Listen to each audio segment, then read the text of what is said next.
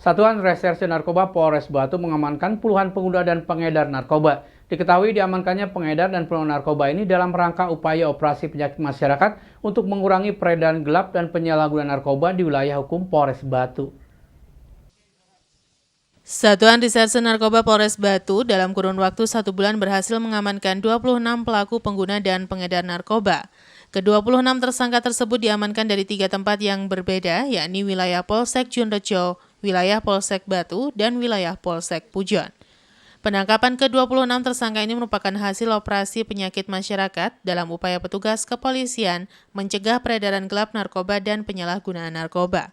Hasil penangkapan dari tangan para tersangka, polisi berhasil mengamankan sabu-sabu seberat 63,9 gram, pil koplo 300 butir, beberapa alat hisap atau bong, dan sejumlah timbangan digital yang kini diamankan sebagai barang bukti.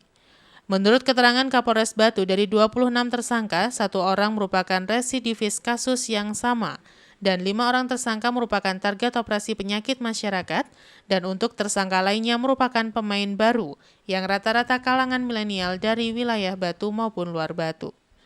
Untuk mempertanggungjawabkan perbuatannya, para tersangka pengedar akan dijerat pasal 114 Undang-Undang Nomor 35 Tahun 2009 dengan ancaman 10 tahun hingga 20 tahun penjara. Sedangkan pengguna akan dijerat pasal 112 dengan ancaman 2 hingga 4 tahun kurungan penjara. Untuk jumlah tersangka yang ada di depan rekan-rekan ini jumlah 25 orang. Jadi di situ terdiri dari 11 orang pengedar, 14 orang pemakai atau penyalahguna dengan total barang bukti sejumlah sabu 63,49 gram, pil double L 300 butir. Dengan asumsi harga sabu 1,3 dan 8 butir pil double L, ya, itu seharga 20.000, sehingga kalau di total untuk sabunnya sekitar 83.287, dan untuk jiwa yang terselamatkan sejumlah 393 orang. Yanto Yanjung melaporkan. Akibat gempa dengan magnitudo 6,1 skala Richter yang mengguncang wilayah Malang Raya dan sekitarnya Sabtu siang kemarin menyebabkan sejumlah sekolah di Kabupaten Malang mengalami kerusakan parah. Rata-rata kerusakan terjadi pada bagian atap sekolah. Gempa yang terjadi pada Sabtu siang 9 April 2021 pukul 14.00 waktu Indonesia Barat kemarin sempat membuat panik masyarakat Malang Raya. Akibat gempa yang berpusat di 90 km barat daya Kabupaten Malang membuat sejumlah bangunan mengalami kerusakan. Di wilayah Kecamatan Turan, Kabupaten Malang, sejumlah sekolah mengalami kerusakan. 9 kelas yang berada di Madrasah Aliyah Negeri 2 Malang yang berada di Jalan Mayor Turen, Kabupaten Malang, mengalami kerusakan yang cukup parah, 3 diantaranya atapnya runtuh. Akibat runtuhan atap, sejumlah komputer di lab bahasa mengalami kerusakan. Menurut Wakil Kepala Sekolah Bidang Sarana dan Prasarana, selain merusak atap dan plafon, puluhan komputer yang berada di lab bahasa mengalami kerusakan setelah tertimpa atap. Dalam kejadian tersebut, 1 orang bagian tata usaha mengalami luka ringan di bagian kepala karena tertimpa reruntuhan. Kerusakan untuk 2 lab komputer sama lab bahasa. Yang parah di lab bahasa, terus kelas 12 IPS 1, kelas 12 IPS 2. Totalnya berapa, Pak? Ya, totalnya ada sana 9 kelas, Pak. 9 kelas yang rusak atapnya. Atapnya yang hancur ini, yang parah berapa, Pak? Yang parah 3 kelas. 3 kelas. Terus komputer hancur semua komputer. 40 komputer yang di lab bahasa itu sudah nggak bisa dipakai, LCD, hampir semua LCD yang ada jatuh semua. Selain MAN 2 Malang, SMA Widya Dharma Turen juga mengalami kerusakan parah. Bagian atap sekolah tersebut juga roboh saat terjadi gempa. Kerusakan terjadi pada 6 ruangan di lantai 2. Selain sejumlah sekolah yang mengalami kerusakan, dampak gempa ini juga menimpa Puskesmas Turen, Kabupaten Malang, dengan kerusakan yang sama, yakni di bagian atap. Ya, memang terjadi kerusakan. Yang pertama adalah gentengnya itu turun atau istilahnya rontok. Itu terdiri dari 6 ruangan, yang bagian atas gedung utama. Namun dari 6 ruangan itu kelasnya hanya 2 kelas. Yang 4? Yang 4 itu ada ruang hotel dan ruang kitchen set. Simon Alfredo melaporkan. Mengantisipasi terjadinya pelanggaran lalu lintas yang berakibat pada kecelakaan di jalan raya, sekaligus mencegah adanya kerumunan dan mencegah adanya mudik lebaran, Polresta Malang Kota menggelar pasukan persiapan Operasi Semeru 2021. Operasi Semeru 2021 akan digelar selama 2 pekan dengan melibatkan 75 personel gabungan dari TNI, Polri, dan unsur terkait. Apel gelar pasukan persiapan Operasi Semeru 2021 Senin pagi berlangsung di halaman Polresta Malang Kota. Apel yang dipimpin oleh Kapolresta Malang Kota Kombes Pol Leonardo Simarmata melibatkan puluhan personil dari polisi, TNI, Dishub, Satpol PP, dan petugas PSC Kota Malang. Apel gelar pasukan ini secara simbolis, Kombes Pol Leonardo Simarmata menyematkan PIN kepada perwakilan personil yang akan melakukan Operasi Semeru 2021. Usai melakukan apel gelar pasukan Operasi Semeru 2021, Kapolresta mengatakan bahwa Operasi Semeru 2021 akan digelar selama 14 hari yang akan dimulai tanggal 12 hingga tanggal 25 April mendatang. Personil yang dilibatkan dalam operasi yakni sebanyak 75 personil. Operasi Semeru sendiri difokuskan pada pelanggaran lalu lintas, mencegah kerumunan, dan mencegah adanya mudik. Petugas yang melakukan operasi sendiri akan menggunakan sistem preventif. Apabila ada yang melanggar akan dilakukan penegakan hukum sesuai aturan yang berlaku. Masyarakat juga dihimbau agar mentaati aturan lalu lintas yang berlaku sehingga dapat menekan angka kecelakaan di jalan raya, serta menjauhi kerumunan dan tidak melakukan mudik sehingga kasus pencegahan COVID-19 berjalan efektif. Seluruhnya ada 75 personil. Ini khususnya yang dikedepankan adalah fungsi lalu lintas. Karena tadi sudah disampaikan pada saat apel gelar, kita mengedepankan preventif dan preemptif. Tetapi apabila nanti ada potensi pelanggaran lalu lintas yang menyebabkan kecelakaan, maka kita akan penegakan hukum. Nanti akan berlangsung selama 14 hari. Ya, mulai dari tanggal 12 sampai dengan tanggal 25 April 2021. Simon Alfredo melaporkan. Terima kasih Anda masih bersama kami Info 7 Malang Raya. Diduga akibat tertiup angin kencang, beberapa spis reklame mengalami kerusakan. Lempengan seng pada rangka besi reklame di beberapa titik jalan terlihat mulai lepas.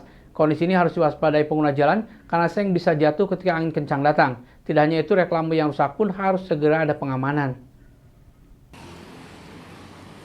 Menjelang berakhirnya penghujan dan masuk ke musim kemarau, hujan dan angin kencang sesekali datang, sehingga harus diwaspadai pengguna jalan karena tidak jarang merusak reklame dan mengakibatkan pohon tumbang. Tidak hanya itu, keberadaan tiang dan rangka spes reklame juga harus diwaspadai karena di beberapa titik jalan sudah mulai lepas lempengan seng penutup dan bisa jatuh menimpa pengguna jalan. Seperti yang terlihat di Jalan Raya Lawang, beberapa titik spes iklan sudah dalam kondisi lepas beberapa seng penutup. Hal yang sama juga terlihat di pinggir Jalan Raya Singosari. Selain spes reklame, kerusakan juga terlihat pada reklame berukuran besar yang sudah lepas dan tertahan di jaringan kabel listrik dan belum ada penanganan oleh pihak pemasang maupun oleh pihak terkait. Menurut salah seorang warga mengungkapkan kekhawatirannya dengan kondisi cuaca yang sering berubah, masih turun hujan disertai angin yang bisa membahayakan pengguna jalan karena keberadaan reklame maupun pohon pinggir jalan. Di beberapa titik jalan di sepanjang Jalan Raya Karanglo sampai Karangploso, yang biasanya menjadi tempat pemasangan iklan reklame, kini terlihat bersih dan hanya beberapa iklan reklame yang berizin yang masih terpasang. Banyak pihak berharap pengawasan dan penertiban terus dilakukan oleh pihak terkait agar reklame yang dipasang dilengkapi izin pemasangan dan sesuai dengan aturan yang berlaku. Iwan Hikmawan melaporkan. Menjelang ibadah puasa, banyak warga mendatangi pemakaman umum untuk melakukan pembersihan makam, sekaligus ziarah kubur. Ziarah kubur ini untuk mendoakan keluarga yang sudah meninggal, sekaligus mengingatkan kita yang masih hidup bahwa suatu saat kita juga akan meninggal. Momentum ziarah kubur itu menjadi berkah tersendiri bagi para penjual bunga. Ibadah puasa Ramadan tinggal menghitung hari. Warga masyarakat masih menjaga tradisi membersihkan makam sekaligus melakukan ziarah kubur. Pada prinsipnya berziarah kubur adalah sunnah mendoakan orang yang sudah meninggal. Seperti yang terlihat di tempat pemakaman umum Desa Sekarpuro, Pakis, Kabupaten Malang. Di tempat pemakaman umum ini sejak hari Minggu sampai Senin kegiatan pembersihan makam masih dilakukan oleh warga masyarakat, saudara dari ahli kubur, dan juga kegiatan ziarah kubur. Tradisi ziarah kubur ini dilakukan warga untuk mendoakan ahli kubur yang sebagian besar merupakan orang tua, kerabat, saudara maupun handai tolan, agar diampuni dosa-dosanya, dilapangkan di alam kubur, dan diterima amal ibadahnya semasa hidup. Menurut salah seorang peziarah menjelaskan, menjelang puasa selalu melaksanakan ziarah kubur ke beberapa makam sanak saudara di beberapa tempat untuk mendoakan yang sudah meninggal, sekaligus sebagai pengingat bahwa yang masih hidup juga akan mengalami hal yang sama, meninggal dan kembali ke Sang Pencipta. Momentum menjelang puasa ini menjadi berkah tersendiri bagi para penjual bunga dadakan di sekitar pemakaman. Berbagai bunga dijual untuk berziarah mulai dari mawar, bunga kantil, kenanga, dan jenis bunga lainnya. Ramai Pak di kawasan sini biasanya Pak kalau sudah gini menjelang? Nanti jam 3, Iya. jam 3 ke atas Iya. penuh sini. Penuh sini Pak. Iya. Berarti ini sudah menjadi apa? Ya, tradisi Pak ya? Ya tradisi. Tradisi Ya. setiap sebelum Ya, sebelum puasa atau hari Jumat lagi Pak ya. Jumat. Iwan Hikmawan melaporkan. Menyambut datangnya bulan Ramadan, ratusan warga pedesaan menggelar tradisi kerja bakti gugur gunung bersih-bersih area pemakaman. Diketahui gugur gunung ini merupakan adat ataupun tradisi yang dilakukan warga setiap tahun sekali untuk uri-uri warisan budaya leluhur. Ratusan warga desa Ampel Dento, Kecamatan Karangploso, Kabupaten Malang melakukan kerja bakti massal atau yang biasa disebut gugur gunung. Gugur gunung bersih-bersih area pemakaman ini digelar setiap tahun sekali mendekati datangnya bulan suci Ramadan. Bersih-bersih area pemakaman ini dilaksanakan secara serentak oleh seluruh warga dengan kesadaran semangat gotong royong dalam membangkitkan kembali budaya leluhur. Salah satu tokoh masyarakat desa setempat menjelaskan, bersih-bersih yang dinamai gugur gunung ini merupakan tradisi turun-temurun dari zaman nenek moyang. Selain untuk menyambut datangnya bulan suci Ramadan, juga untuk mengingatkan kita semua agar tidak lupa dengan peristirahatan terakhir bagi semua leluhur. Diharapkan dengan digelarnya gugur gunung bersih-bersih area pemakaman yang dilaksanakan setiap menjelang datangnya bulan suci Ramadan yang dilakukan oleh seluruh warga ini, bisa menjadi pengingat bahwa kita semua memiliki leluhur, adat maupun budaya sesuai kepercayaan masing-masing. Dalam rangka ini suatu adat, ya adat tradisi leluhur kita. Jadi kalau menjelang bulan puasa ini bersama-sama antara anak cucu muda maupun tua bersama-sama merawat tempat leluhur kita ini. Dengan tempat leluhur kita yang dikatakan tempat peristirahatan yang terakhir. Maka tempat peristirahatan ini jangan sampai dicitrakan istilah tempat yang angker atau yang ada ya. Itu loh. Jadi ini betul-betul tempat yang paling istirahat yang terakhir bagi manusia hidup di dunia itu kan dilakukan setiap bulan Ramadan.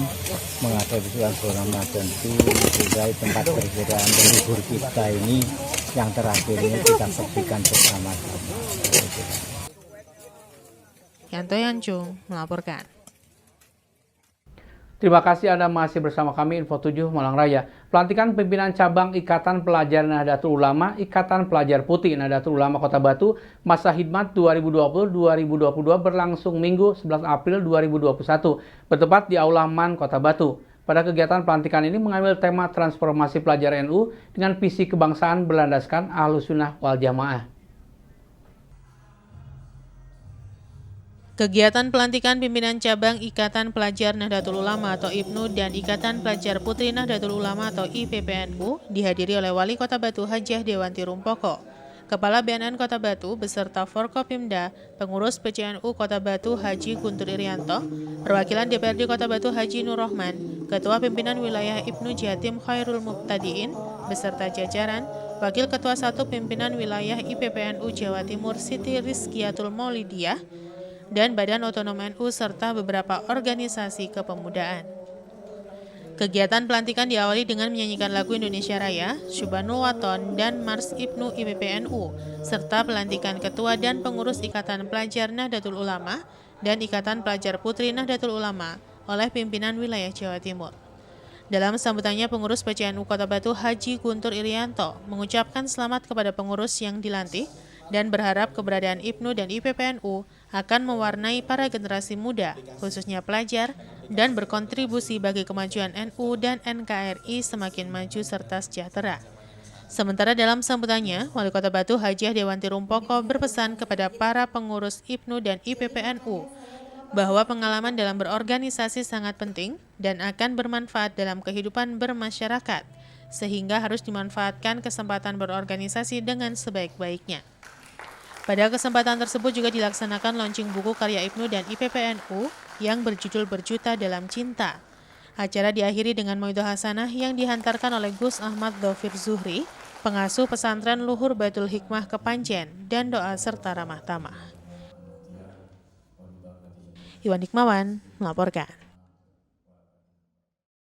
Sebanyak 18 peserta yang lolos ke babak final Lomba Karaoke Kopi Lari Idol 5 kembali tampil pada final Lomba Kopi Lari Idol pada minggu kemarin. Dari 18 peserta ini, tim juri menetapkan 6 orang pemenang untuk kategori pop dan juga dangdut. Para pemenang juga mendapatkan hadiah berupa piala, piagam, dan uang pembinaan dari panitia.